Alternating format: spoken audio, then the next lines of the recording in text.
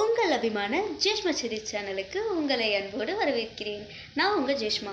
என்னடா TV open பண்ணால் கருத்து, ஃபோன் ஓப்பன் பண்ணால் கருத்து, இவ்வளவே நம்ம ஃப்ரெண்டுலேருந்து அப்பா அம்மா வரைக்கும் எல்லாருமே கருத்து கருத்துன்னு பேசிக்கிட்டு இருக்காங்க அப்படின்னு தான் நினைப்பீங்க.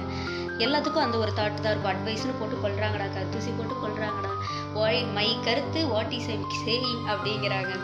இப்போது கருத்துங்கிற விஷயத்தை பற்றி சொல்ல போகிறேங்க. கருத்து சொல்கிறேன்னா எல்லாருமே தான் சொந்த கருத்துன்னு எதுவுமே சொல்கிறது கிடையாது.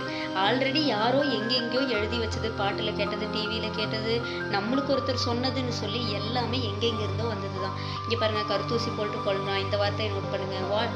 மை கருத்து வாட் இஸ் ஐ சேயிங், இதையும் நோட் பண்ணுங்கள். இந்த மாதிரியான வார்த்தைகள்லாம் அதிகமாக பேசப்பட்டுக்கிட்டு இருக்கா. இதெல்லாம் டிவியில் அங்கங்கே வந்தது தானே. அதே மாதிரி தான் இப்போது கருத்துன்னு அப்படித்தாங்க எல்லா பக்கம் இருந்தும் ஒவ்வொன்றும் தூக்கிட்டு வராங்க. நீங்கள் அதையெல்லாம் விட்டுருங்க. ஒரே ஒரு விஷயம் சொல்கிறேங்க. நம்ம மனசாட்சிக்கு தோணும், நம்ம ஒன்று செய்கிறோம், ஒன்று செய்யக்கூடாதுங்கிறது நம்மளுக்கு தெரியும்.